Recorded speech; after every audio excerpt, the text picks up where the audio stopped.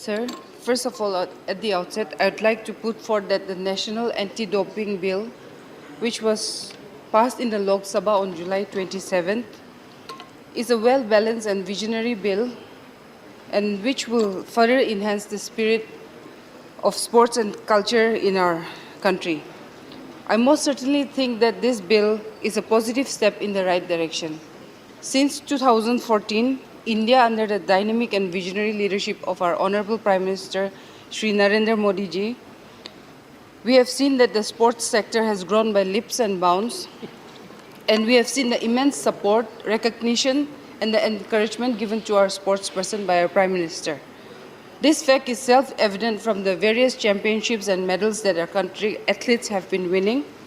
And as I speak, our athletes are doing us proud at the Commonwealth Games in Birmingham. The country hasn't seen anything quite like this. And therefore, I must state that in such a context, it is only right that India also does its part and fulfills its moral and international obligations by bringing, by obligations which will come into reality once this bill is passed in this August House. Sir, doping continues to plague countries worldwide, and especially more so in India. In fact, 5 members of this year's Commonwealth contingent failed their dope tests, which has once again highlighted the need for a more comprehensive and stringent anti-doping law in our country. In fact, India ranks 3rd in the world when it comes to doping violations as per WADA 2019 report. It is indeed a grim reminder that the need for a concerted effort to bring an end to this menace. The bill seeks to prohibit athletes, their support personnel, and also others, concerned persons such as coaches, from indulging in doping, the violation of which can lead to their result disqualification, and also including forfeiture of medals, being barred from other events, and also even result in financial sanctions. Sir, it is a well-thought and well-intended bill for the benefit of the country.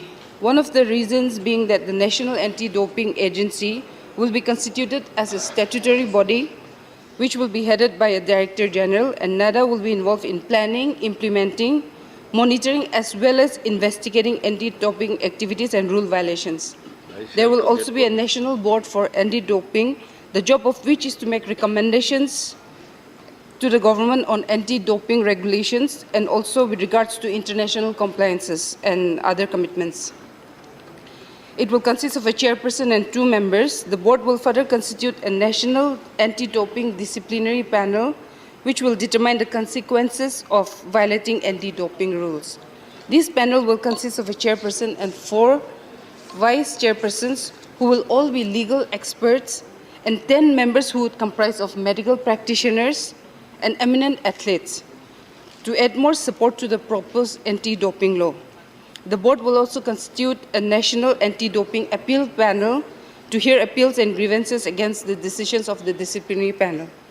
Might I add, sir, that transparency is also a key feature here, because this National Anti-Doping Agency will disclose information such as which concerned rule was violated and the consequences levied thereof. The National Dope Testing Lab in New Delhi will be the principal dope testing facility, and many more such facilities will also be established. Sir, I'd like to bring your kind attention that once this bill becomes an act, NADA will have powers to search, conduct raids, and seize. Currently, it does not have such powers. Sir, what this bill basically aims to do is to bring sports into the mainstream. When I say this, it means to give effect to the UNESCO International Convention Against Doping in Sports and other such international compliances. A legal framework is being provided to combat the menace of doping in India.